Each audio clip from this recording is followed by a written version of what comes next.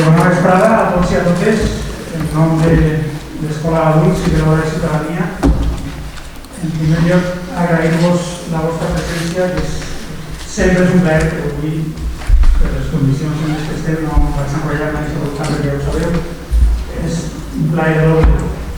Vull agrair a l'Ajuntament l'organització d'aquesta taula en concret, sempre recolza i sempre fins i tot organitza com avui, però avui especialment perquè, torno a dir-ho, és un dia especial, reprenem, representem l'Aula de Ciutadania. Des de l'1 de juliol nos havíem tornat a veure així, que ja fos una extraordinària després del confinament. I per tant és un dia especial. També és un dia especial perquè sabeu que l'Aula de Ciutadania sempre l'han fet llevat, potser alguna ocasió molt comptada, sempre l'han fet en dimecres i així volem que continuï sent. Però avui la fem en dilluns per dues raons. Una perquè dimecres que bé és abans d'Inxursant, però jo no era massa bon dia, però sobretot perquè ahir fon el dia, així a nivell de Comunitat Valenciana, el dia contra no, per a commemorar, per a recordar a les víctimes de la Guerra Civil i del franquisme. Deia les víctimes contra les quals se va el franquisme. Una d'elles, per això el dia que va ser ahir, era Miquel Hernández, el poeta, que ahir feu 50 anys de la seva mort. Sabeu que moria en presó, estava molt malalt, va ser una més de les víctimes del franquisme. Parlar de víctimes no té res a veure, no, en aquest cas no del franquisme, simplement de la vida, no? No vull començar això tampoc si fent un xicot de record a un amic, a un company que ha col·laborat molt durant molts anys en l'aula, Paco Gil Moriana. Encara està ahí penjat en el núvol d'internet el seu blog que va fer Somos Ciudadanía. Si teniu ocasió de veure, pegueu-li una ulleta perquè val la pena. Des d'ací el meu agraïment a ell, si és que ens està escoltant. Res, passe a presentar l'acte. Dic que el fem avui perquè ahir va ser el dia de les víctimes de la guerra del franquisme i un diumenge no el podíem fer, aleshores el fem avui. Anem a parlar d'això, de les víctimes de la guerra del franquisme, i per això el primer, més que ponent moderador, la primera persona que intervindrà va ser Rafa Benítez. Suposo que pràcticament tots el conegueu, ell és del Salvador i a diferència de tots els que estem així, ell va viure una guerra civil en primera persona. No ens parlarà dels seus avis o ens parlarà del que va viure ell. Sé que de manera molt curta, però volíem que estiguera també aquest testimoni en primera persona. Ell li pillà l'assassinat de Yacuría i els companys en la UCA, la Universitat Centroamericana del Salvador. Estudiant allí, va ser alumne d'alguns dels assassinats i per això es dedicà després durant molts anys a estudiar temes de drets humans i de memòria històrica allà en El Salvador. Per tant, és totalment adient la seva experiència amb el que anem a parlar avui així. Després també ens parlarà Miquel Fernández, que és l'encarregat d'estadística de l'Ajuntament i ha fet tota la investigació documental que suporta tot el que anem a escoltar avui. Complementant la informació que ell ha fet, diguem-ne, en els despatxos, en els documents, Miquel Sánchez, que és l'arqueòleg municipal, ha fet la investigació de camp, diguem-ne, no? En terra, d'alguna manera. I ells ens parlarà d'aquesta vessant, d'aquesta experiència.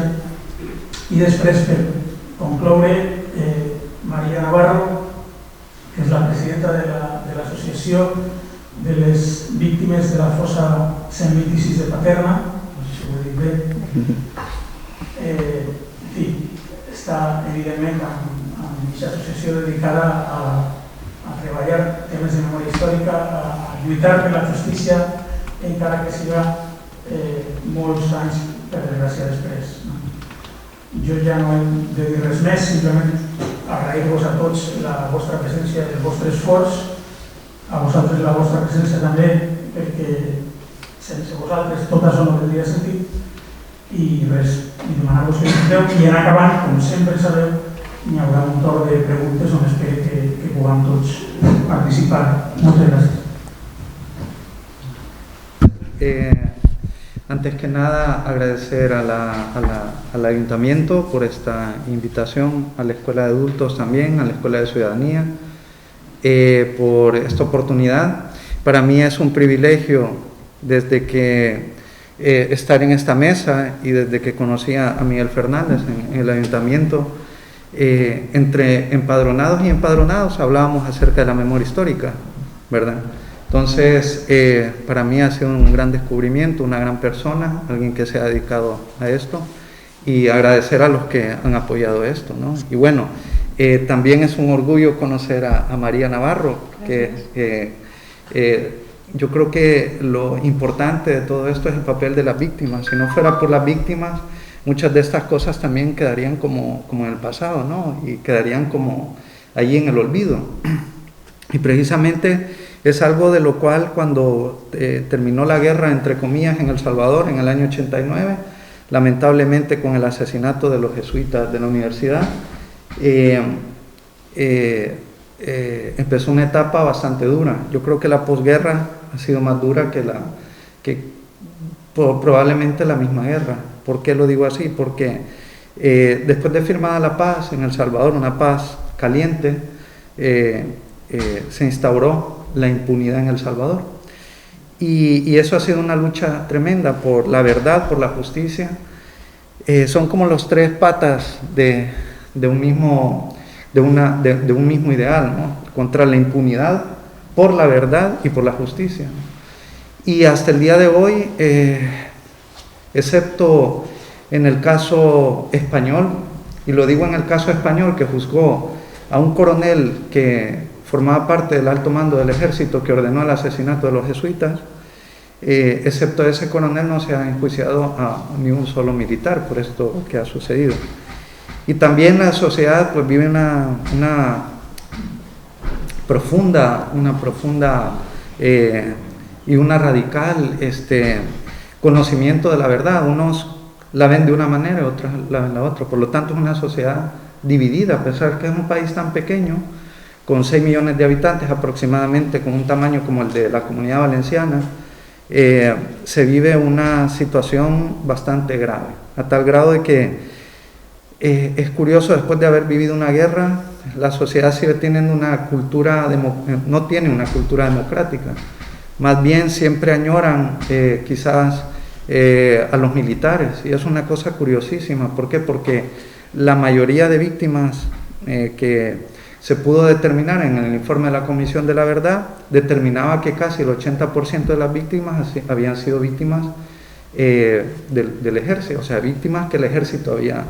Entonces, si hablamos de 80.000 muertos civiles en El Salvador durante 10 años o 12 años de guerra, y el 80% eran víctimas del ejército, pues cualquiera pudiera pensar de que la gente pues hubiese querido que el ejército desapareciera o que no hubiese ejército, pero es todo lo contrario. La gente sigue teniendo una cultura, y por eso es bien importante el trabajo educativo, el trabajo a nivel cultural, para que las cosas que han sucedido durante el conflicto armado, y estoy hablando de algo más o menos reciente, estoy hablando de algo que sucedió hace 40, hace 30 años, pero aquí, bueno, me alegra muchísimo que a pesar de que ha pasado tanto el tiempo y tantas generaciones, estos movimientos están rescatando, ¿no?, esa verdad, están rescatando a sus víctimas, están rescatando a sus familiares para dignificar, ¿no?, para dignificar. Así que yo no me extiendo más y voy a ceder la palabra a Miguel Fernández para que haga su exposición, que además es una exposición bastante interesante y cuyo título pues creo que lo dice todo. Bueno, bona vesprada a tots i a totes, se sent? Bueno, bona vesprada a tots i a totes. També agrair la meva presència en esta taula a Maria, a Miguel, a Rafa, a Nico i també a l'Associació de Víctimes de les fosses comunes de Llíria, d'acord? Que també haurien d'estar així i també han dit que fem palès pues, la seva presència. Molt bé. Bueno, com diu el títol, jo vaig a parlar un poc de tot el procés de la repressió franquista, des de la causa general, que va ser l'ítem més ambiciós del règim per aprovar i documentar l'anomenat terror rojo, davant l'aparença d'una investigació exhaustiva i rigorosa. El període anomenat terror legal, que coincideix amb els afusellaments massius precedits de consells de guerra sumaríssims, on per part del règim s'intentà donar una aparença de legalitat a la repressió. També com s'organitzava la mateixa a través dels consells de guerra i les presons com a centres oficials de retenció fins a arribar al pas últim i definitiu, l'afusellament. Ens centrarem a documentar com afecta la repressió a Llíria, amb la relació de les persones que van ser afusellades, també els afusellats de Llíria en altres municipis i els que van morir en la presó del Remei, que també formen part dels represaliats del règim franquista.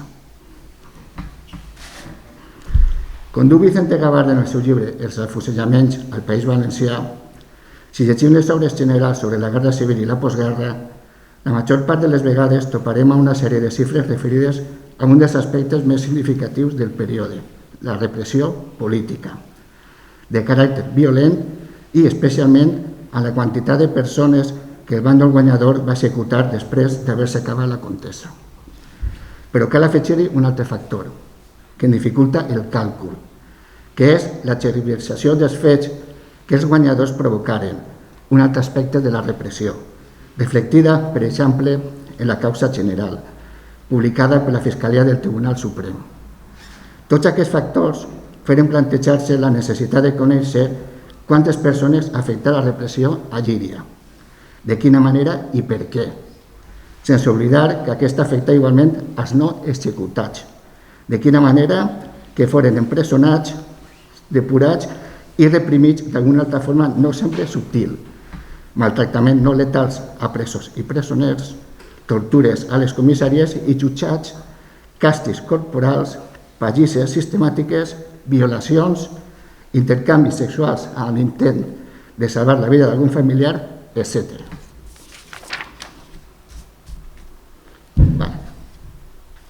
La causa general. Què és la causa general? La causa general va ser l'intent més ambiciós del règim de provar i documentar l'anomenat terror rojo. Sota l'aparença d'una investigació exhaustiva i rigorosa, es va recopilar un material manipulat des d'un principi, amb l'afany d'exagerar els abusos de l'enemic, però amb el rerefons de justificar els propis. Aquests primers informes volien oferir una aparença d'investigació seriosa i proporcionar credibilitat a totes les mentides i exageracions sobre la violència del bàndol republicà, que continuaven presents en el discurs oficial. No necessitaven cap justificació del que havien fet durant la guerra i durant la postguerra. Els primers informes volien oferir una aparença d'investigació seriosa i proporcionar d'arguments i excuses que justificaven el que s'estava fent. Tot aquest procés de violència sobre l'altre requeria una ajuda, una sèrie d'implicados, que són els que oferiran els servicis de premsa i propaganda. Es publiquen moltes mentides i falsedats que serveixen d'arguments per tal que els que ja fan neteja ho facin amb tota tranquil·litat. Y se utiliza el argument que en el bando rojo están haciendo lo mismo o más. Aquí, en nuestra zona, hay respeto absoluto para todas las personas. Todas pueden ejercer con libertad sus profesiones y sus carreras, y a nadie se le molesta, más que a aquellos que cometieron esos delitos horrendos y que creen, al volver a sus pueblos, que se les va a respetar, sin exigirles responsabilidades alguna por el hecho cometido. No, eso no, nunca. Pasarán 10 años, pasarán 20 años y seguiremos por todas partes a incendiarios y asesinos, para que caigan sobre ellos las sanciones a que se hayan hecho acreedores. Y esto ocurre ahora y ocurrirá mientras viva la presente generación, para que no pueda quedar libre ni uno solo de esos criminales que matan a mansalva como verdaderos cobardes que son. Això és un bando de Queipo de Llano en Unión Radio de Sevilla el 30 d'agost del 36. Però bé, acabada la guerra, Franco prosseguís en la seva política d'exterminar l'enemic, que ja no és un adversari en el camp de batalla, sinó un vençut. A l'extermini físic, amb centenars de saques de fusillaments diaris a les presons de tot Espanya, fins a mitjans anys 40. S'hi suma l'extermini ideològic.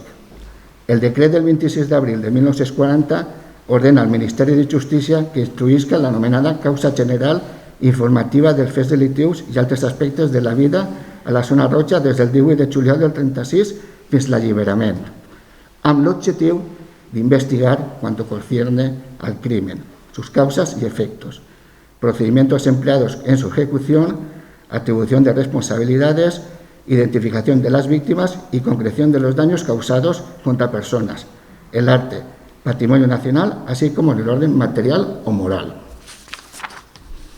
Per tant, la causa general es converteix en un gran juí a tota l'esquerra espanyola.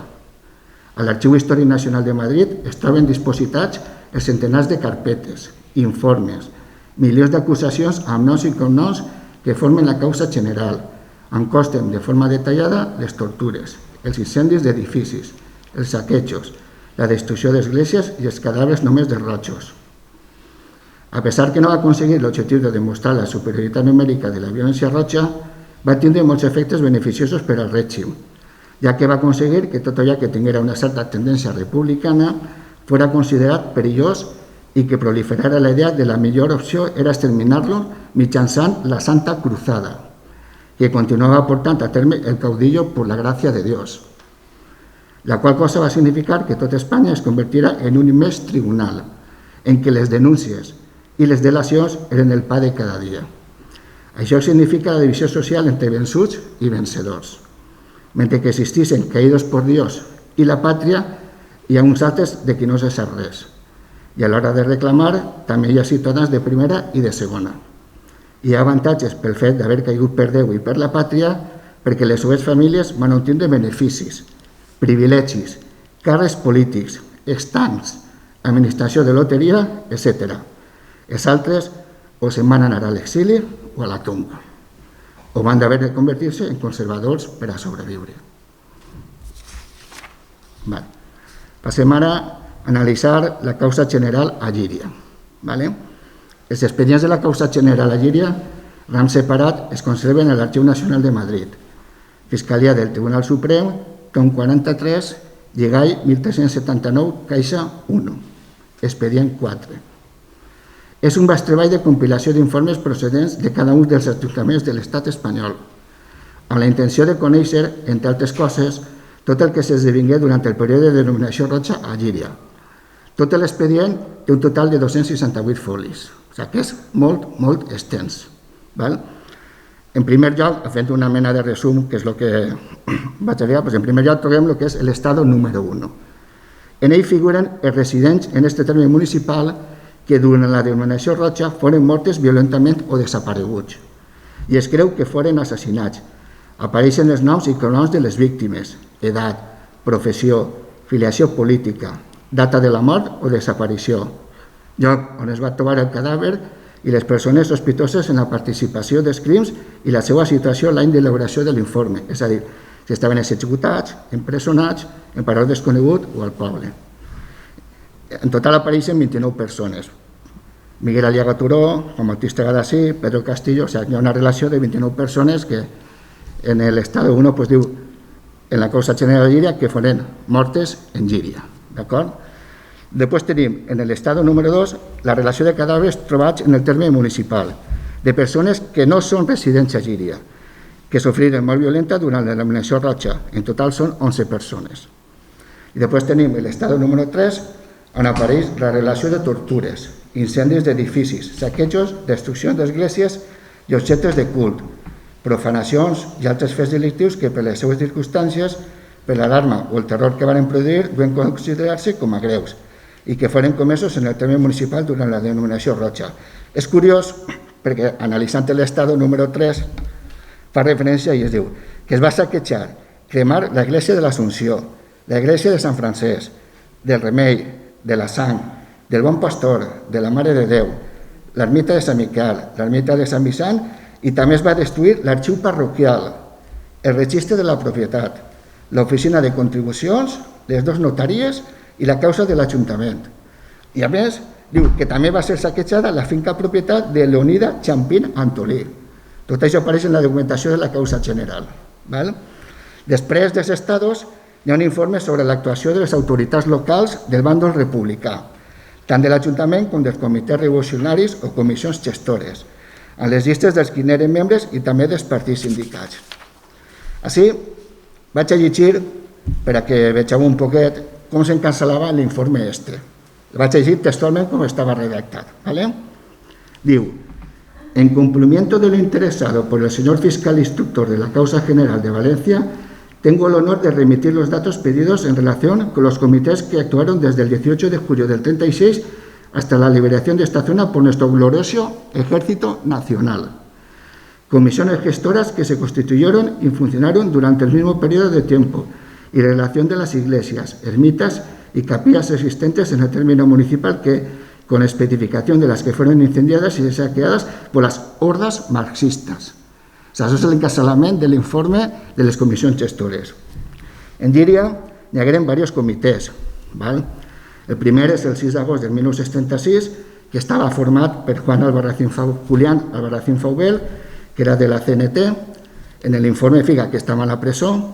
Daniel Espejo Asensi, l'últim alcalde republicà, que està en la fossa 126 de Paterna.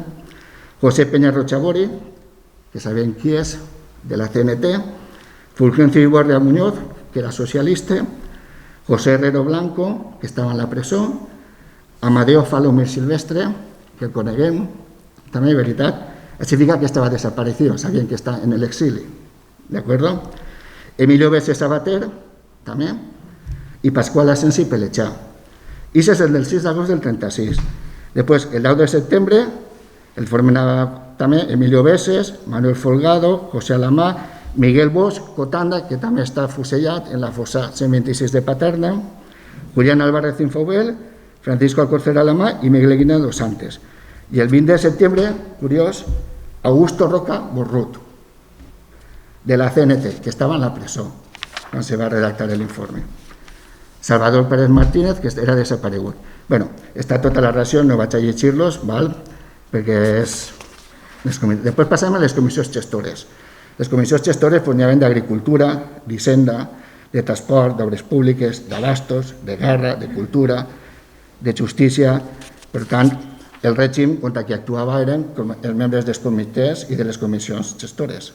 Per tant, totes les persones que estan detallades, totes tenien la repressió pertinent per part del règim. I una cosa curiosa que sí que vull dir, perquè ha aparegut en els informes, i són els últims alcaldes que va tindre l'Ajuntament abans de que Franco etara. Però ja tenim a Miguel Muñoz Cintero, que va ser alcalde el 20 del 9 del 38, el 10 d'octubre passa a ser José Palomar Romero, el dia 22 de novembre del 38 passa a ser Agustín García Lozano i el 31 d'enero del 39 l'últim alcalde, Daniel Espejo Alcocer. Són els últims alcaldes que tingui la República en Llíria. Per tant, totes les persones que apareixen implicades ho són per tots els càrrecs que s'estudien, que eren els assassinats, saquejos, destrucció d'esglésies, etc. La resta de la informació, com és òbvia, que proporciona la converteix en una font de consulta útil i necessària.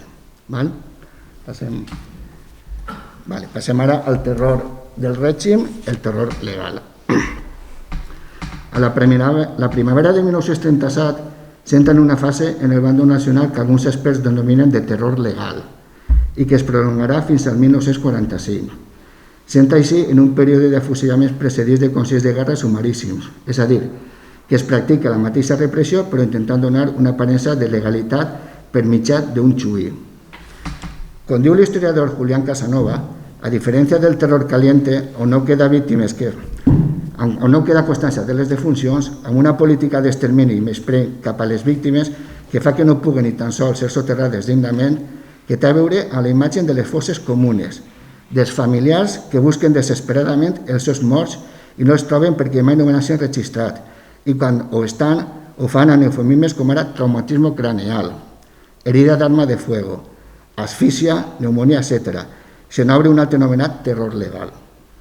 Aquests xuís són una pantomima, tots els consells són una pantomima, i no inclouen la menor garantia per al processat.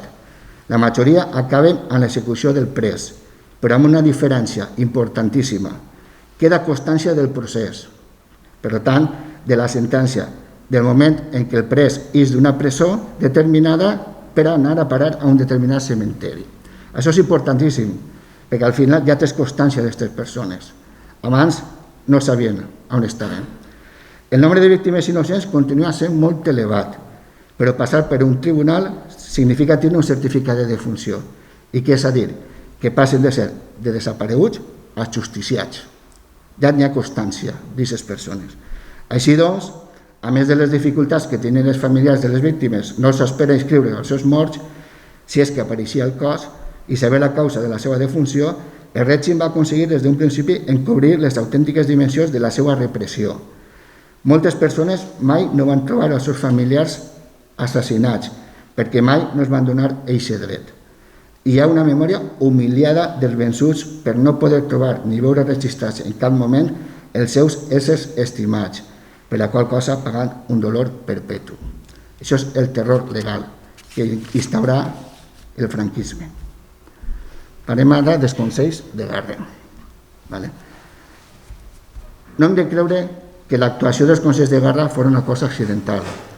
En novembre de 1936 es van redactar les normes legals necessàries per establir els consells de guerra que portarien a restablir la normalitat jurídica i que havien d'estar formats per un president que tenia la categoria de cap de l'exèrcit o de l'armada, vocals, que n'eren 3, de la categoria d'oficial, assessors jurídics del cos jurídic militar o de la marina i, si no podien ser, un funcionari de la carrera judicial o fiscal. El Ministeri Públic estava representat per un tècnic dels cossos, un llicenciat en dret, i el càrrec de defensor l'havia d'exercir sempre un militar. Defensor, un militar. Tenim clar, no? Tenim tots clar. Els primers consells van ser contra els que havien format part dels comitès revolucionaris o entitats municipals. Es tramitaven amb caràcter d'urgència i es resolien en un acte únic i breu, per al qual només calia que hi haguera 2 testimonis de càrrec. Si teniu la possibilitat de veure un consell de guerra, veureu que les denúncies i els testimonis eren impressionants.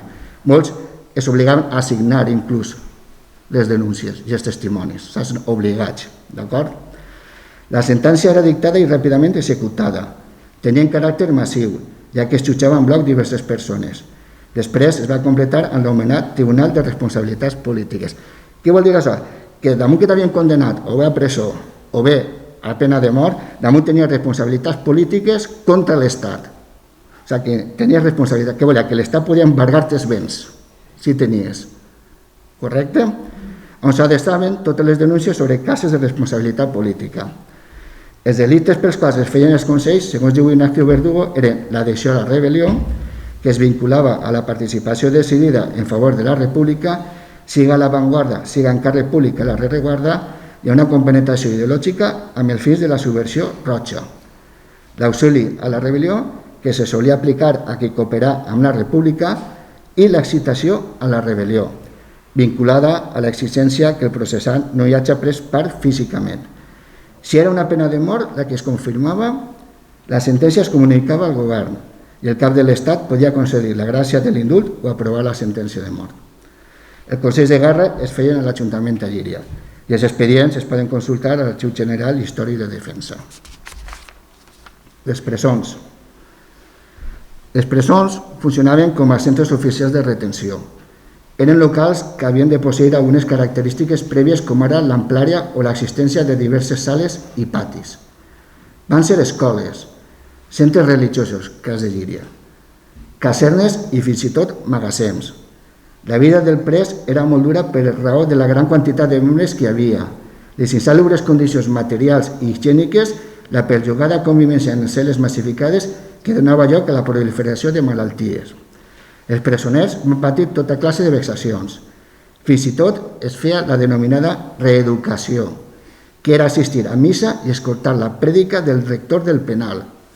Un exemple d'aquests casos és la presó del Remei a Llíria. A causa de les condicions en què estaven els presoners, la mort els donava la llibertat. Dur.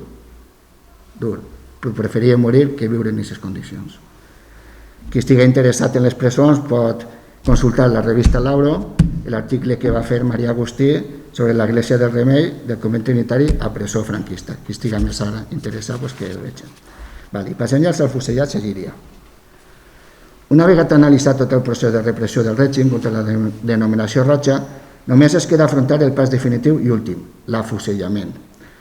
Però com es feien les execucions? Els escamots d'execució, com diu Vicent Gavarda, es formaven els soldats de lleva o bé guàrdies civils professionals de les armes. Cadascun dels escamots disparava un objectiu marcat i qui era l'oficial el pegava el tir de gràcia, al cap. A Llíria les execucions es duien a terme al cementari i les feien els moros. Així no feien els guàrdies civils, les feien els moros, que està molt dins de la societat lliriana d'aquella època, els moros. Fins i tot feien parar els llauradors que passaven per allí perquè veren els afusellaments. Els familiars que eren sabedors de l'execució, una volta reconeguts els seus familiars del muntó, s'exportaven per a donar-lo a sepultura. Sempre se feien en la clandestinitat. Nosaltres tenim 4 fusellats de Llíria que estan en nichos i se feien en la clandestinitat. Per exemple, n'hi ha un que a les 11:30 del matí, Mario Blat, que Juanjo ho sap, a les 11:30 del matí de la nit el tragueren per a ficar-lo en un nicho, d'acord? El que tenia nicho, doncs ara era sota i altres no. Una qüestió important que passava en Llíria, al contrari dels altres municipis, és que els afusellaments es feien per la vesprada. Després, quan vegeu la relació de les saques, veureu que se feien a les 5 de la vesprada, a les 7 de la vesprada, a les 8. Per què? Per fer una mera d'escarni. Per què? Perquè es passejaven per el poble, per a que tot el poble poguera veure les persones que anaven a fusellar. A Llíria van haver 14 saques, del 15 d'abril del 39 al 23 de novembre del 39. I anem a veure ja l'esquema general de la repressió a Llíria. No sé si el veu bé. Se veu? Sí? Doncs ahí teniu els municipis, la relació de fusellats a Llíria per municipis. Com veieu, els més nombrosos són de la comarca. Per exemple, Benaguasil té 31, Bétera ne té 6, Bugarra 2, la Pobla de Vallbona 26 i Llíria 19. Riba-roja 9 i Vilamarxant 4. En total 113. N'hi ha de Múrcia, de Terol, d'Alpuente, de Navarra, de Conca, d'acord? Ahí tenim la relació de tots els afusellats en Llíria. Després tenim els afusellats i morts de Llíria en els altres municipis. Tenim 8 a Paterna, de Llíria, un afusellat allò, que això sí que va ser una troballa un poc rara, perquè buscant, vaig trobar en la capilla laica de Lleó, del cementari, un xavalet de 19 anys que va ser afusellat en Lleó, i era de Llíria. Vaig demanar la partida de naixement i, efectivament, aquesta persona era de Llíria. El pillaria al front allí, l'agarraren i l'afusellaren. I després tenim un mort a la presó cel·lular de València i un altre de Santa Maria del Puig. En total, 11 de Llíria afusellats i morts en altres municipis. Després, els morts a la presó del Remei. Tenim 21. Ahí sí que és més variat, perquè com estaven en el front i s'apressaven, tenim d'Alcalá de Henares, d'Alpuente, de Llíria, de Quintanilla d'Abajo. Es veu ahí, no vaig a dir-los tots, d'acord? Bé, en aquesta foto, que està prou reduïda, separa de les saques que vos diuen. Hi ha 14 saques, la primera és del 15 d'abril del 39, la segona del 21 d'abril del 39, del 3 de juny del 39, 12 de juny del 39, 18 de juliol del 39, 22 de juliol del 39, 5 d'agost del 39, 6 de setembre del 39, 21 de setembre del 39, 2 d'octubre del 39, 24 d'octubre del 39, 30 d'octubre del 39 i 23 de l'11 del 39. I com veieu, les hores, 5 de la vesprada, 5 de la vesprada, 5 de la vesprada, 7 de la vesprada, 7 de la vesprada, 8 de la vesprada, el que vos deia, per fer escarni. Es passejaven esta via de la presó perquè tot el poble es vera. Una altra forma de repressió. Ara anem a veure els oficis. Com veieu, hi ha de tot. Els màxims són els llauradors, que tenen 58, i l'estat civil dels afusellats, no sé si veu, 87 casats, 21 fadrins, 2 viudos i 3 que no constaven els certificats de defunció. I ara vull afegir una cosa que encara que no forma part de la repressió, vull parlar d'un gran desconegut i que a data d'avui està en procés d'estudi i documentació, com és l'Hospital Militar de Llíria, situat en el Col·legi Sant Vicent. I faig especial menció perquè ja s'han documentat 14 persones que van morir en l'hospital, les quals es troben en el cementeri de Llíria, en fosses comunes. O sigui, que n'hi ha que afegir. Afegir més 113 afusellats, els 21 de la presó comarcal, més els 114 de l'Hospital Militar. Com es detallarà després el meu company Miquel en la seva exposició dels projectes. I ja, a mena de conclusió, per acabar ja, vull dir que com a supervisor del projecte per a la detecció dels restes de les víctimes de la Guerra Civil i la dictadura impulsat per l'Ajuntament de Llíria, aquest és un projecte ambiciós i de gran envergadura que comporta una sèrie d'actuacions que mai s'han realitzat en el nostre municipi. Després de 80 anys no s'han fet cap actuació en el tema de localitzar les fosses i de documentar les fosses, i que es permetrà, d'una banda, la identificació de les fosses amb les restes de les víctimes, tant les que van ser afusellades, les que van morir a la presó comarcal del Remei, com les que van morir a l'Hospital Militar, la seva recuperació i entregues familiars. Aquest fet és de gran rellevància per a la memòria col·lectiva de Llíria. Després de més de 80 anys de silenci, por i sofriment per part dels familiars al no saber on es trobaven els seus éssers estimats, per fi s'inicia el procés per a la recuperació de la memòria de les víctimes de la Guerra Civil a Llíria. No es tracta d'obrir ferides, sinó de posar fi al dol perpetu que els familiars venen patint durant més de 80 anys. La tragèdia de la Guerra Civil i la posterior dictadura són fets de la nostra història i memòria que s'interpel·len sobre què som, qui som i qui volem ser com a una comunitat social i política. Cal mirar cap avant però sabent d'on venim, conèixer bé el nostre passat i tindre aquesta lectura col·lectiva de la nostra història que permet afrontar els reptes del present.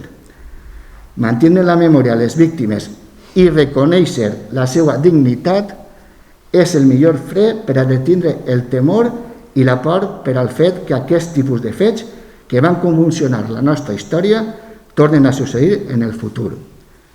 Tot estat democràtic té el deure amb les víctimes, per la seva defensa de les llibertats, amb els seus familiars i especialment amb les dones, a les quals van robar els seus fills i van ser objecte d'escarni públic i altres agressions a la seva dignitat. I acaba ja en una frase: cal documentar aquesta història, perquè si documentes queda constància, si no documentes, per desgràcia, el temps ho oblida tot. Moltes gràcies.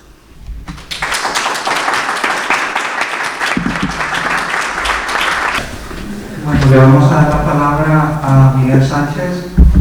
Él es el de la fiesta del pueblo municipal, que está actualmente trabajando con este equipo para ir recogiendo los hallazgos que la historia lamentablemente nos ha dejado. Así que, Miguel, micro, més farà falta.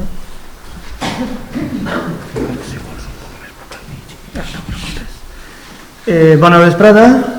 Jo vaig a parlar-vos un poquet del projecte o dels projectes que estem portant a terme des de l'Ajuntament,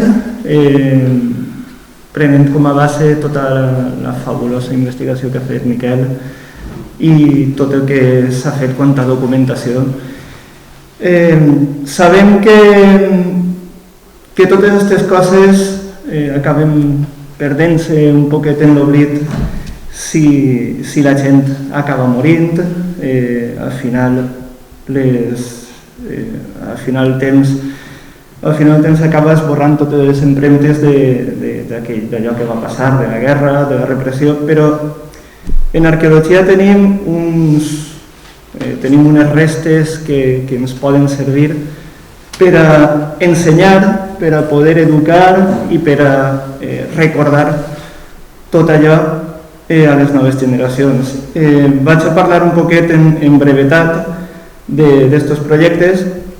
Pareix que sigui un projecte només pel que hem estat mirant, però no, en són molts. Són diversos. I intentem que agafen totes les vessants de la memòria històrica a Llíria. Sens dubte el més important és el de l'exhumació i l'identificació de les víctimes de la repressió que tenim en el cementeri. Com ha dit Miquel, no són només els afusellats, són els morts en la presó, són els morts en l'hospital militar. Què els tenim? Aquesta és una imatge d'un ortofoto del cementeri de Llíria, els tenim en tota aquesta àrea i no s'ha marcat en la foto problemes del directe, però també els tenim en aquesta part que és el cementeri civil. És un projecte ambiciós, és un projecte que no s'havia fet mai a Llíria encara i que estem començant. Hem fet el primer passet, sempre allò més important és fer el primer pas, pegar la primera palada. I ho hem aconseguit passant un georradar, fent un estudi de georradar al cementeri que ha acabat fa molt poquet. Estem esperant, de fet, els resultats de l'informe, la interpretació de l'empresa que ens ha passat l'artilugi este. Ens serveix per a poder començar a comprendre on estan les fosses, com estan distribuïdes i, sobretot, com portar endavant el projecte d'excavació arqueològica. Perquè, al cap i a la fi, l'objectiu últim és traure els represaliats d'allí, de les fosses on estan. És el primer passet, però no és ni de fet l'últim. Una vegada tinguem els resultats, començarem ja amb la redacció del projecte d'excavació arqueològica i sobretot amb les tasques d'excavació. Alguns resultats són tan escabrosament espectaculars com este de Puerto Real, este de les fosses de Gandia, les fosses de Paterna. Les excavacions el que permeten és trobar els cossos, identificar-los, exhumar-los i una vegada exhumats ve la part un poquet més complicada i més llarga, que és l'anàlisi antropològic per a identificar els seus noms i l'anàlisi d'ADN. Pot semblar una tasca un poquet dificultosa, però l'objectiu últim serà la reinhumació i la dignificació de les víctimes. Volem saber qui són, volem saber on estan i sobretot volem traure'ls d'aquelles fosses comunes, entregar-los als familiars i en el cas que no puguem identificar-los, trobar un lloc digne de soterrament per a ells. L'objectiu principal és el restabliment de la dignitat i la memòria dels represaliats, però sobretot, com posa així, aliviar el dolor dels familiars que encara queden vius. Com he dit, no es tracta no només dels afusellats, sinó també dels morts en la presó i de l'hospital militar. Haurem de veure on estan i esperem que tot aquest estudi de georradar i l'excavació arqueològica ens pugui donar moltes pistes i sobretot moltes solucions a aquests problemes. Per ajudar un poquet a la memòria, al restabliment de la memòria, hem pensat en adequar el cementeri civil. I a aquest cementeri civil n'hi ha un bloc de nínxols allà que està un poc abandonat, però sens dubte el podrem aprofitar per a reinhumar totes aquelles restes que no hagin pogut ser identificades. Ens va dir l'antropòleg l'altre dia que era un 90%, un 80% dels cossos no arribaven a identificar-se.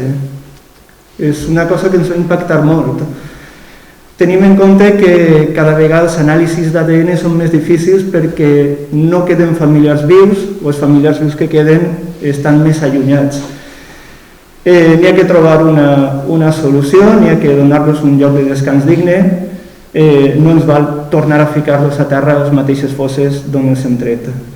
Aleshores, podrem utilitzar tot aquest espai per a soterrar-los de nou, per a actes, per a exposicions i per a donar un espai a la memòria col·lectiva i de la guerra civil i de la repressió que ens pot servir molt als llirians per a no oblidar.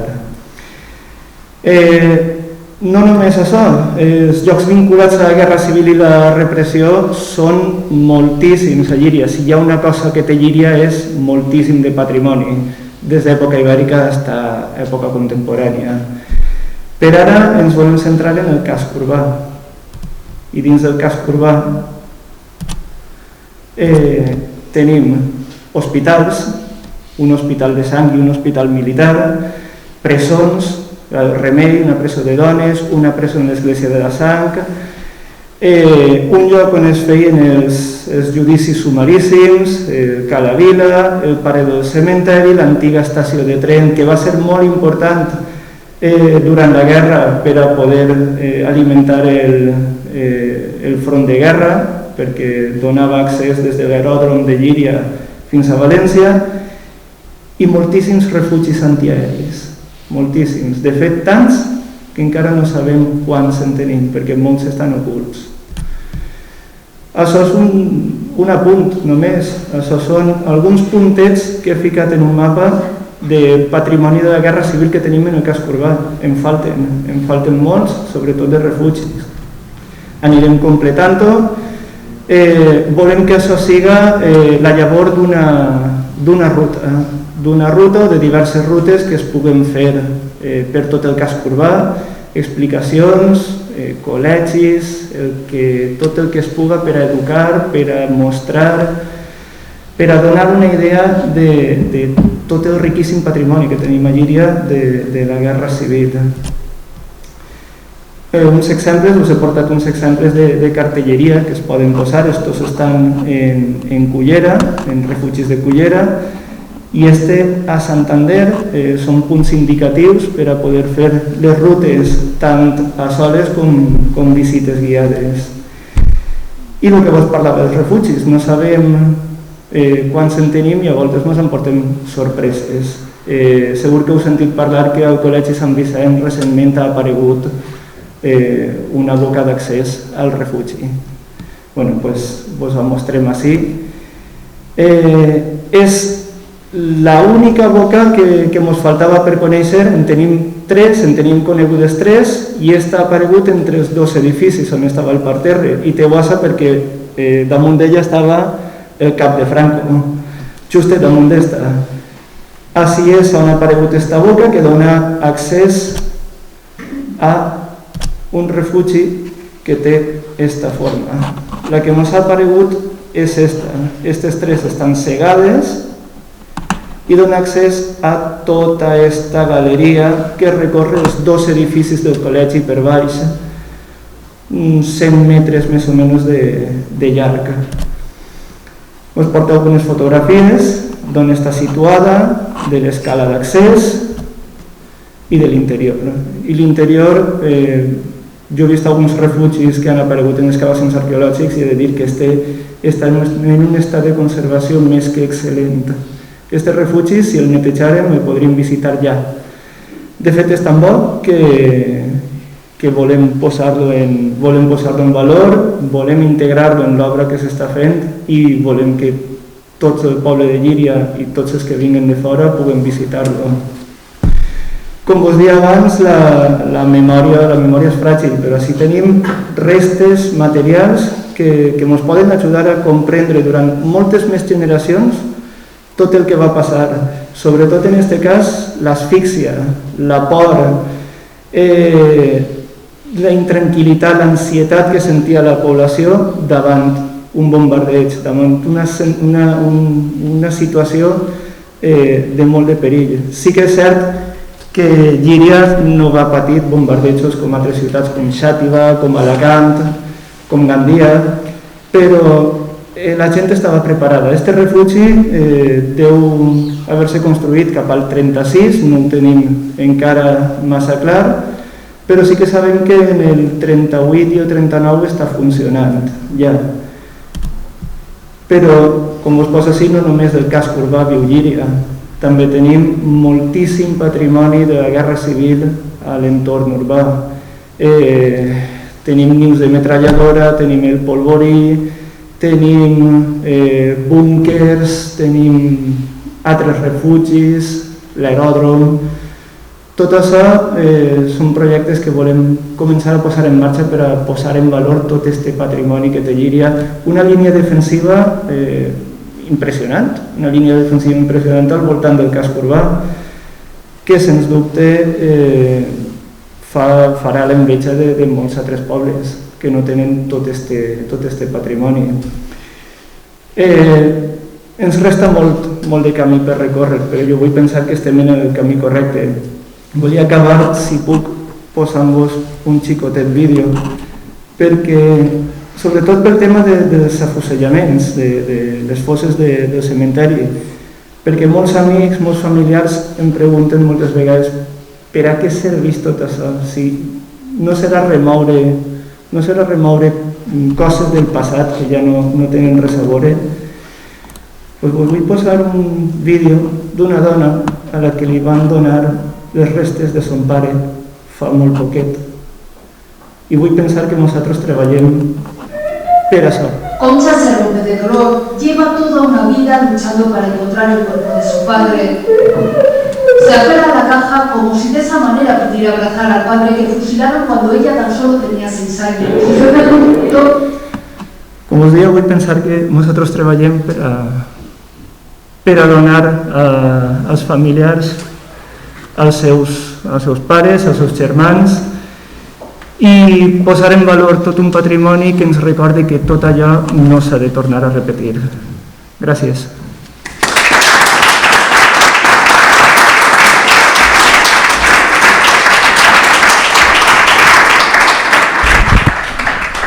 Gracias, Miguel. Muy interesante lo que nos has expuesto y es verdad que Llíria posee un patrimonio muy grande y muy rico en diferentes aspectos.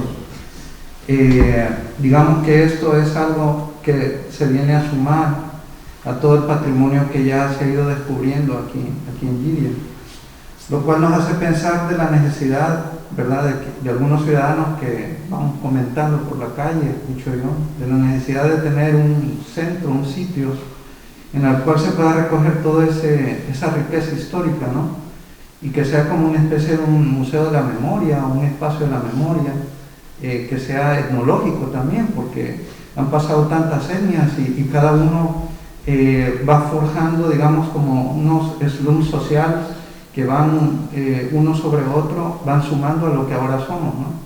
Entonces sería interesante recoger todo esto y tenerlo así, pues también en el tema educativo, en el tema cultural. Así nuestros jóvenes también podrán visualizar, ¿no?, esta Bueno, ahora voy a presentar a Mariana Navarro Jiménez. Ella es presidenta de la Asociación de Víctimas del Franquismo Fosa 126 de Paterna. Y bueno, para mí pues es un honor presentarla y que nos va a contar pues desde su experiencia, ¿no?, cuál ha sido su valga la redundancia, su experiencia y lo que nos quiere transmitir, ¿no? Gràcies. Bona vesprada, i la veritat és que és un plaer compartir esta taula en gent tan preparada, tan empàtica, i encara estic emocionada per les intervencions. Gràcies. Gràcies a l'Ajuntament de Llíria per propiciar i per potenciar aquestes accions. Estem fent-los justícia. Cada vegada que parlem d'ells, els fem presents, estan existint, perquè el que volien era invisibilitzar-los i ho varen aconseguir, quasi ho varen aconseguir. Però jo sempre pense que ara estem així nosaltres per a que això no ocorrisca.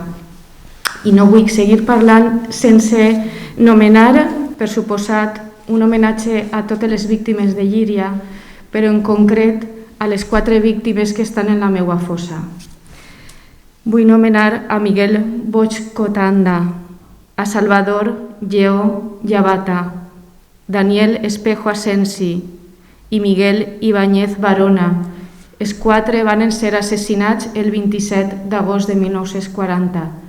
Crec que és un reconeixement que hem de fer. Jo cada vegada que visite algun poble, algun institut, sempre busque en el llibre de Vicent Gabarda. Malauradament sempre trobem alguna víctima hi ha alguna víctima que està en la meva fossa. En la fossa 126 hi ha 243 persones assassinades.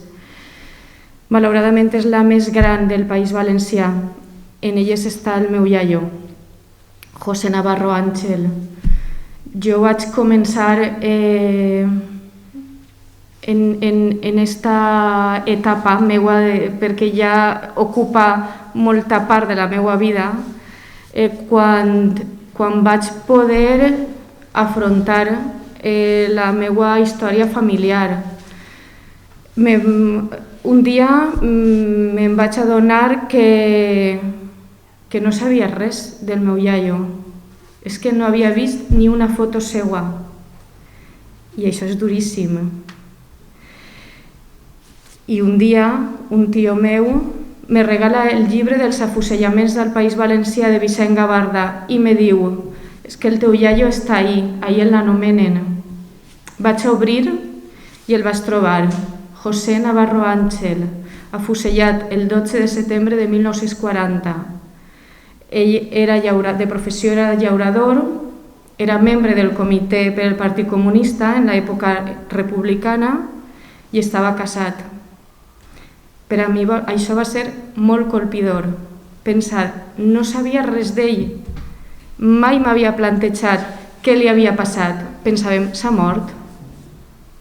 No s'ha mort, l'han assassinat.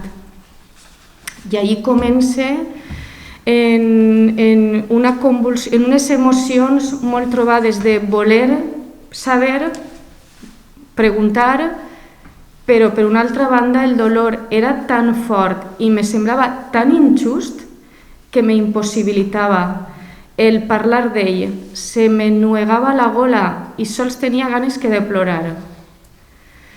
Fins que, com diu Vicent Andrés Estellés, quan ja no puguem més, aleshores ho podrem tot. I jo vaig experimentar, a mi me va passar això, vaig dir, ja no puc més. Li ho comentava a Miquel abans. El primer que vaig fer és, què puc fer? No sé res d'ell. Me varen dir, en l'Arxiu del Regne pot ser, parlen, tingues algun expedient, i allà que me vas dirigir. I ese dia va ser la primera acció que jo vaig fer en la recerca del meu iaio. Malauradament, mon pare va morir jove també víctima per tot el que va passar en la seva infància, i la meva àvia també havia mort. I quan me dirigia a la funcionària no podia parlar amb ella, sols tenia ganes que de plorar. No podia, era una barrera emocional la que jo tenia, era un bloqueig brutal. Em va dir, anem a buscar, va ser amabilíssima, em va dir, tranquil·la, respira i anem a buscar. Va trobar l'expedient carcerari i també va trobar l'expedient de responsabilitats polítiques. La crueltat no tenia fi. A part d'assassinar-lo, a la viuda li volen llevar tots els béns que té. Però estem parlant de que aquesta viuda era la meva iaia. I vaig obrir l'expedient i quan el vaig obrir les llàgrimes no me deixaven veure'l, perquè el primer que veia jo, el més íntim i el més proper del meu iaio eren les seues petjades dels dits. Per a mi això va ser superemocionant, no us podeu imaginar. I després pense, això és el que em queda a mi? És que m'han furtat la meva història personal, que jo no sé, m'han furtat saber quina veu tenia, que em contara, que m'agafara de la mà i me portara a passejar quan qualsevol àvia, en qualsevol neta. Jo m'he passat la vida desitjant això i desitjant un pare que tampoc he tingut perquè també me'l van arrebatar. Però després de tot això puc transformar-ho en acció, en lluita i en el camí cap a la justícia. I per això ara puc afrontar-ho, perquè cada vegada que parlem, cada vegada que anem als instituts i a la joventut li contem que és el que va passar en aquest país fa 80 anys, que nosaltres som fonts primàries, som víctimes de lo que la repressió feixista va el que va colpir a tot el país, nosaltres us ho podem contar, i us ho podem contar una per a sanar i una altra per a que no torne a passar. No vull continuar sense llegir un poema d'Estellés que resumís el sentiment que jo vos estic contant. Quan el vaig llegir vaig pensar és que este home és genial i era un visionari, perquè jo me sentia molt reflectida en ell. Es titula Crit i nit i diu així: les famílies de dol per a tota la vida, la guerra, la postguerra. Recorde aquella mare que no li varen dir que el fill havia mort en el front de Terol, simplement li digueren ha desaparegut. I va passar la guerra esperant al seu fill. I va acabar la guerra i esperava al seu fill. I va parar la taula i va posar també llençols nous en el llit i esperava a la porta. No ha sabut res del fill. Morir no s'ha sabut. Sols desaparegut. Es va tancar en casa amb pany i clau, recorde els seus crits. Els veïns tocaven a la porta i no obria la porta. On estava el fill? Si fou mort, on fou mort? O coses de la guerra, qui va saber això? Les famílies de dol per a tota la vida, la guerra, la postguerra. La guerra acabà, la terrible guerra acabà, però la postguerra va ser més cruel, més llarga i més dura encara. La meva iaia es va silenciar-se per protecció, per protegir a la família, però també és un silenci de por, de terror. Un silenci que hem heretat i les famílies ara estem ací. L'altre dia un company em va dir és que ara és el temps de les netes. Així tinc una altra neta, gràcies Anna, una altra neta valenta. És el temps de les netes perquè les netes ja no tenim por, les netes busquem justícia. Sempre quan parlem de la recerca de justícia, veritat i reparació, vos he de dir que a mi em molesta quan dic reparació, perquè el dolor que han patit les nostres iaies, les viudes, els nostres pares, que se quedaren orfes i òrfenes, abocats a la humiliació, a la vexació, a passar fam, a abandonar pobles, veïnat, col·legis, amics, això no ho repara, això és irreparable. El que nosaltres hem heretat no ho repara ningú, però me quede en el consol i en la satisfacció, si puc dir-la, de no deixar-los en el clot, no deixar-los en el forat i en l'anonimat. Fa 2 setmanes va morir un senyor, un fill de la meva fossa, Teodoro Jimeno, d'Algemesí. Quan me va cridar la filla per dir meu, li vaig dir com vaig poder: Núria, per favor, di-li a ton pare que els anem a traure, que se'n vagi tranquil, que se'n vagi en pau, que els anem a traure, perquè el que volia aquest senyor, el que volia aquest fill de 80 i pico anys, era recuperar a son pare. I no ho ha vist. Arribem molt tard, però els traurem.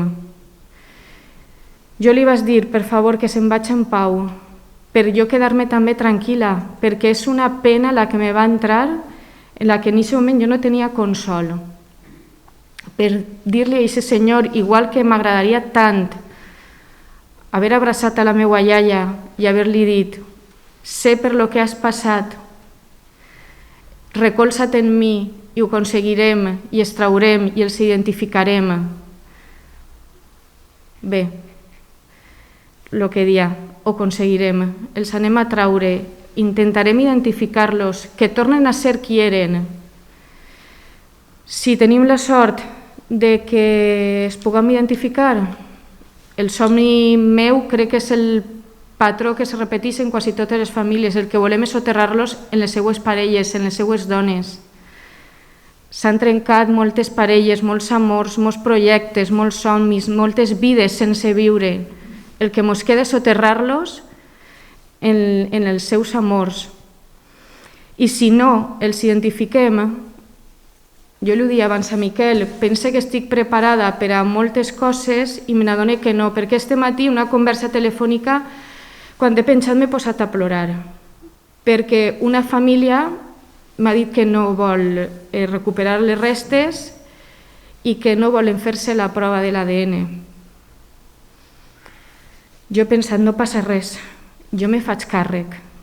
Estaran en un mausoleu digne, a la llum, a l'aire, un mausoleu per al que estem lluitant construir en Paterna, perquè no volem que tornen al forat oscur on varen ser llançats per els feixistes. Els que no recuperem, els que no identifiquen perdó, es posarem en el mausoleu i allí anirem a rendir els homenatges i que siga un lloc de memòria i que siga un lloc per a que les noves generacions, els nostres fills i filles, sàpien on estan els seus avantpassats i el que en aquest país va passar. Acabe la meva intervenció en algo esperançador.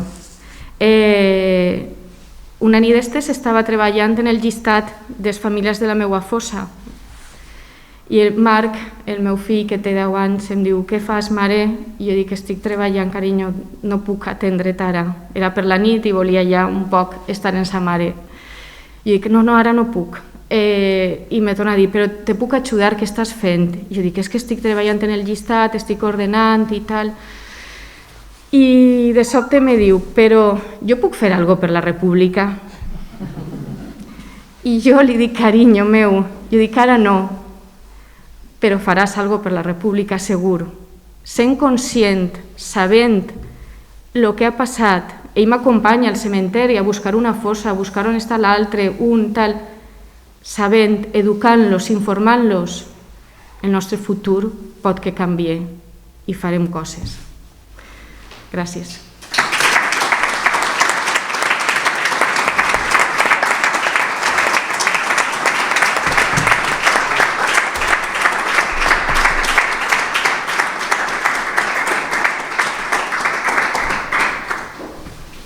Bueno, muchas gracias. La verdad es que yo desde que comenzó el acto y cuando me dio la palabra, Nico, yo también estoy nervioso. Eso que toda la vida hablo a los alumnos, he estado frente a la gente, pero este tema es que nos toca el alma, ¿no? Yo también soy familiar de víctimas, ¿no? Firmada la paz, es terrible lo que voy a contar, pero lo digo en 30 segundos. El general que firmó la paz estaba firmando también la condena a muerte de un primo mío por un problema de unas tierras. Si ese primo mío lo asesinaron en un escuadrón de la muerte, ya firmada la paz. Y después de la paz sí que hubo muchos crímenes, muchos asesinatos por escuadrones de la muerte, que lo que trataban de demostrar era que lo nuevo que venía no servía de nada, para que la gente siguiera soñando con el pasado y manteniendo las estructuras de represión de ese pasado. Lamentablemente lo han logrado. El Salvador ahora ha superado el número de muertes que hubo en la guerra y siguen asesinando gente. Ya no el ejército directamente. Ahora el problema es que la nueva policía que hubo allí se contaminó tanto que ahora forman parte también de esas antiguas estructuras de los escuadrones de la muerte, que ya no matan por cuestiones políticas, sino que son asesinos a sueldo. Y la madre de mi primo, que era una familia muy rica, vivían fuera del país y volvieron creyendo que la paz les había llegado, ¿no? Y lo que se encontraron fue con la muerte de su hijo. Mi tía luego se volcó por el tema de la memoria, fue presidenta del Tribunal de Justicia Restaurativa en El Salvador, un tribunal civil, porque las autoridades ahí no creen en eso. Entonces, ella en los libros que ha podido escribir y los poemas decía, es que hay que buscar la justicia, porque el que mata y no es juzgado vuelve a matar, ¿verdad? Entonces, eso quería comentar. Bueno, aquí se han mencionado palabras como heridas abiertas.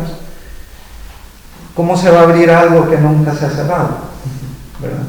Y esto siempre lo escuchamos por todas partes. ¿Para qué abrir heridas, no? Pero ¿cómo se va a abrir algo que nunca se ha cerrado, ¿no? Entonces, también el tema de la amnistía. Por ejemplo, yo entiendo de que la amnistía, los presos políticos de aquella época se alegraron muchísimo por la amnistía, pero el problema de la amnistía fue que fue una amnistía general, ¿no?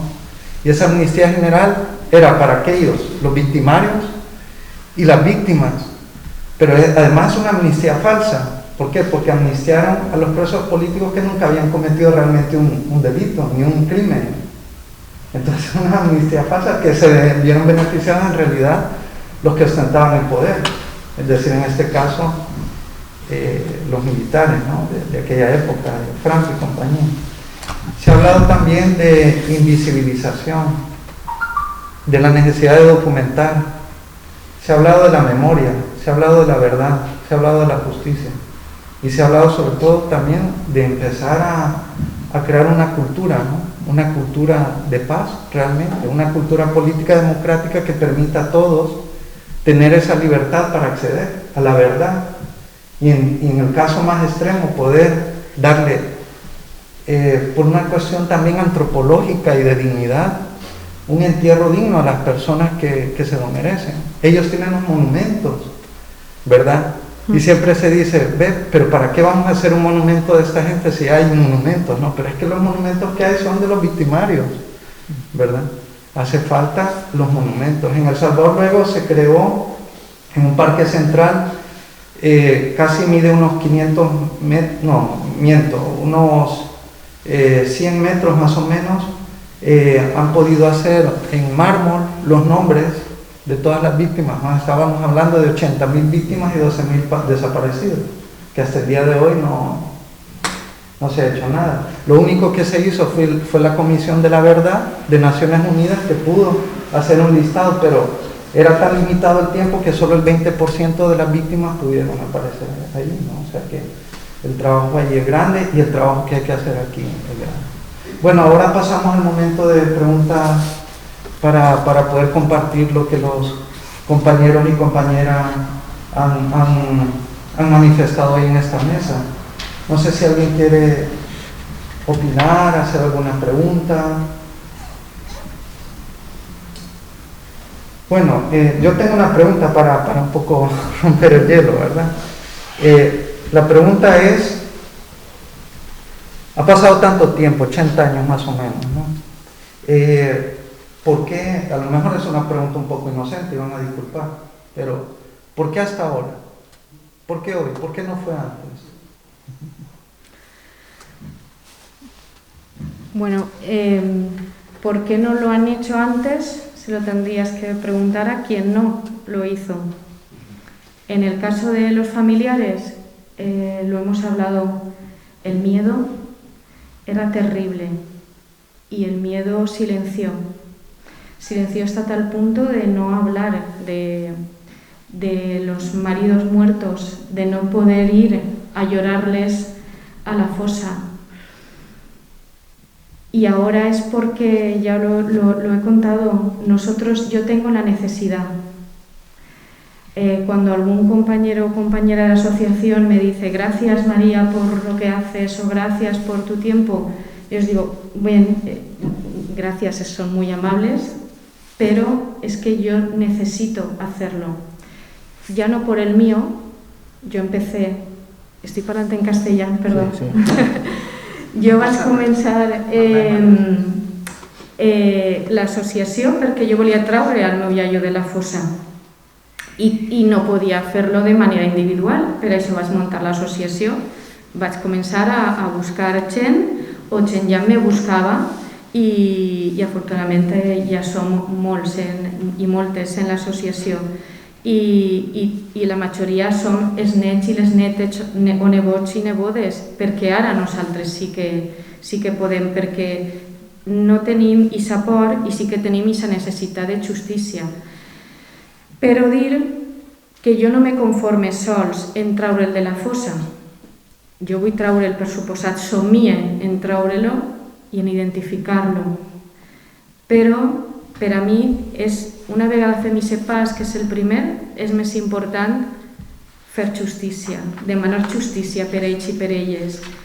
Jo m'he presentat a la querella argentina, m'he unit a la querella argentina, 12 famílies de Paterna se presentarem a la querella de Paterna, i vos he de dir que hem arribat fins al Constitucional, passant per els diversos tribunals, i mos se'ns han arxivat, perquè qualifiquen que no són de lesa humanitat els crims que s'han comès. Aleshores, com fa més de 25 anys, els arxiven. Estem esperant que a una de les 12 famílies li conteste el Tribunal Constitucional, i una vegada li conteste,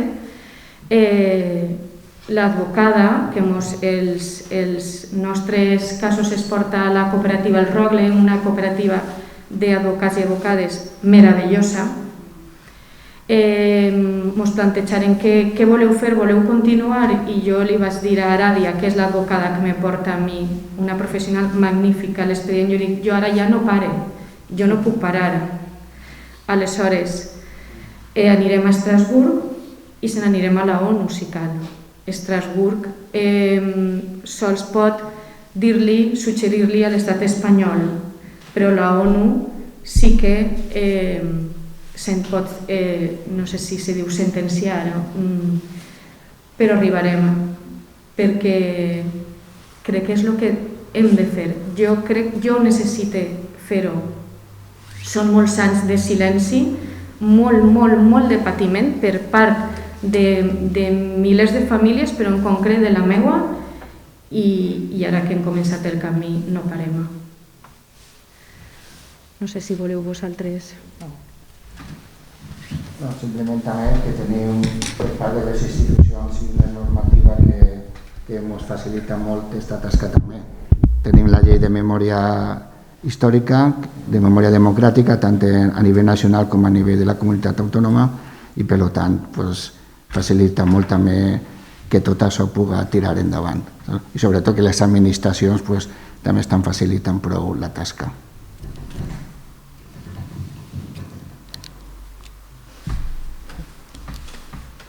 Bueno, jo volia afegir per la part patrimonial el que estàveu preguntant de per què ha costat tant. Imagineu-se que fins al 2017 no hem tingut una llei que protegisca tots els vestigis de la guerra civil i de la repressió. 2017, fa només 4 anys. Abans de 2017 s'ha permès enronar refugis, s'ha permès destruir fosses, s'ha permès fer qualsevol cosa perquè no es considerava ni memòria, ni es considerava patrimoni, ni es considerava que fora res nostre, era el que quedava dels altres. No era alguna cosa que calia protegir. 2017, és que són 4 anys, no fa res.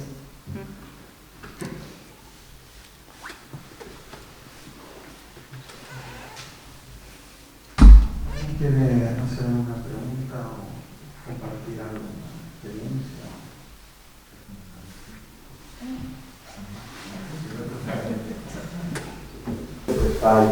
De nutrirnos de manera multidisciplinar de todo lo que está pasando, de todo de la actualidad, pero que es permitida también a nuestra ciudad poder proyectar esas inquietudes en sentit ample cap a la tasca que tenim com a ciutadans i com a responsables, alguns també des de lo públic. Però avui en una d'estos encontres que somiem també, a saber que allà en Llívia tenim una realitat per implicar no sols a treballadors públics, sinó una realitat que hi ha també un teixit associatiu i molta gent implicada, en què hem anat construir el relato de la nostra història recent, investigadors joves, està Juan Pablo, però sobretot n'hi ha ja assentada en joves que han fet documentals, tenim ja suports audiovisuals en els que avui podem anar fent este recorregut, publicacions que incluen sempre gent molt jove la que esté implicada en bussejar en la història recent. Per tant, com a alcalde, però sobretot a la meva vida, és un orgull veure que tenim aquesta naturalitat ja. Jo recordo quan me comentàvem moltes vegades, al principi de la democràcia hi havia un sociòleg, el de Mario Gabriel, que deia que tenien que passar tants anys com havia passat del franquisme com per a poder tindre ja naturalitat en afrontar aquestes ferides que mai estan tancades i poder parlar d'elles en aquest sentiment com Maria de manera tan emotiva també els ha contat el seu relat, però bueno, han passat aquests 40 anys i ara es mantenim tots aquesta obligació també de facilitar al màxim aquest treball d'aquests joves que venen amb tanta passió també per poder passar en el temps més curt possible, que tots interioritzem el que passa, el que gràcies a entendre aquest passat quan és el millor del present i tindre aquest futur esperançador que hem de tindre sempre una societat que s'aprecia per ser més justa, més amable i en pau. Per tant, Maria, li vull agrair especialment que sigues aquest exemple des d'aquesta associació que esteu treballant en Paterna, que permet a Mengíria que s'has pogut constituir. I un agraït molt que estigues aquí a vosaltres. I bueno, jo crec que avui el testimoni tornaria al principi, aquest somni d'aquesta jornada s'han pogut viure-la. Gràcies també que van a poder veure-la després en YouTube. Tots els nostres fills saben que va ser un pas endavant que no hi ha ja ningú passa per ell en este sant. Moltíssimes gràcies, Maria. A vosaltres. Quería comentar también que como salvadoreño y guineano que soy, yo creo que se desconoce mucho la historia de este país durante esa época. Y realmente hay un libro de Paul Preston que se llama El Holocausto Español, que yo se lo recomiendo. Es un libro un poco delgado, más o menos así de grueso. Allí describe, es un estudio que le ha llevado a él casi 40 años más o menos, sobre el genocidio en España. Y realmente lo que él describe allí en esas páginas, todo está documentado y súper detallado. Él describe cuál era el modus operandi de todo, como lo que han mencionado los compañeros y las compañeras. Y yo recomiendo ese libro porque describe realmente y es tremendo, ¿no? Lo que los españoles han sufrido.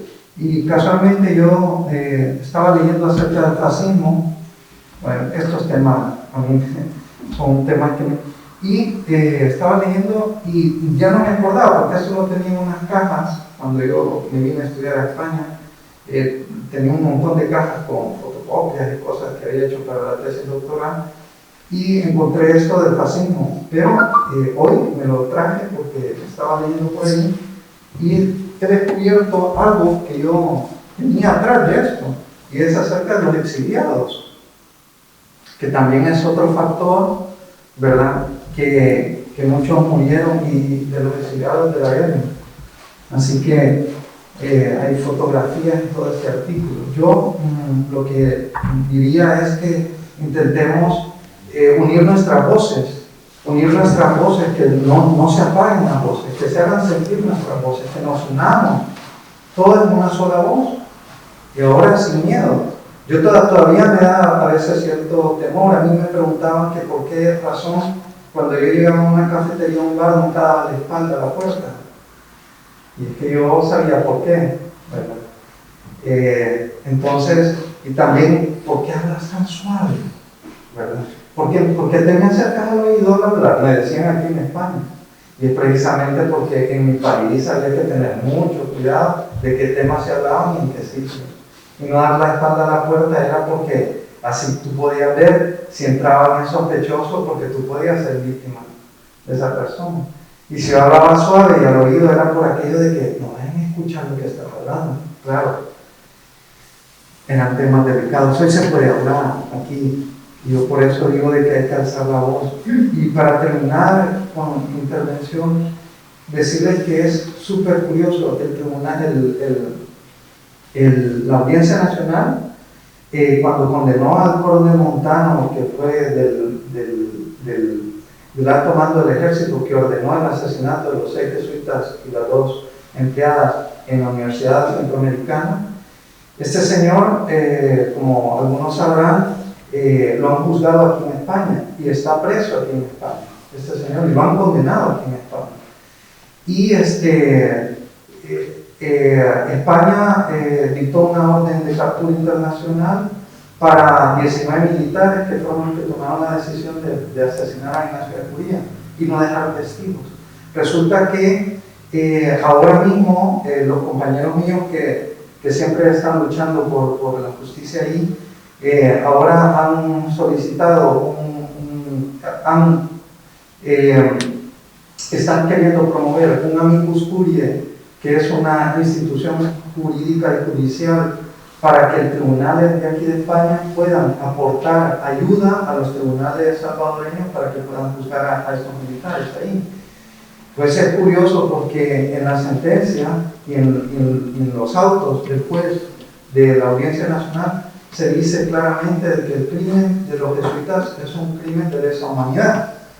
Entonces no se puede entender cómo es posible que juzguen a criminales por el principio universal, que es un principio jurídico fundamental, el principio universal de justicia, se puedan juzgar aquí en España a criminales de otros países y a los de España no, los tribunales se cierran y no puedan juzgar a los criminales de aquí de esta tierra, ¿no? Entonces,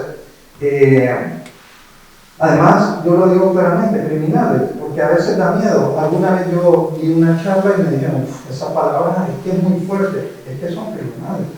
Entonces, eso quería comentar, ¿no? Bueno, no sé si hay alguien que quiera. Bueno, le deseo la palabra. Simplemente donar les gràcies una altra volta. A nivell personal també, que crec que és una cosa que em feia falta escoltar. La majoria de coses que he sentit ja les sabia, però sempre el testimoni de primera persona és molt colpidor. La paraula que tu has utilitzat, colpidora, és una bona paraula per escriure. Gràcies també en nom de l'escola, en nom de l'aula de ciutadania, a tots vosaltres.